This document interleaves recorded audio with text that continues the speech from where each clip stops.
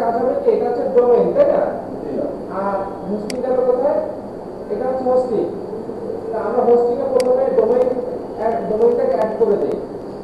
আমাদের ডোমেইনটা কি ছিল জানো? এটা না, এটা তো এটা কপি করলাম, কপি করে এখানে চলে এসে পার ডোমেইনে দিয়ে নেক্সট চলে গেল। নেক্সট চলে যে এখানে আমি পেস্ট করলাম, পেস্ট করে কাজ শেষ না।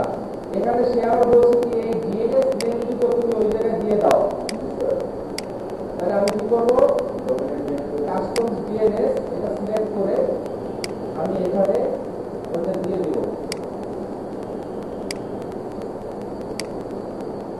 একটা হচ্ছে 1 আর একটা হচ্ছে 2 সম্ভবত, এরকমই থাকে দেখি। একটা 1 আর একটা 2, ঠিক আছে না?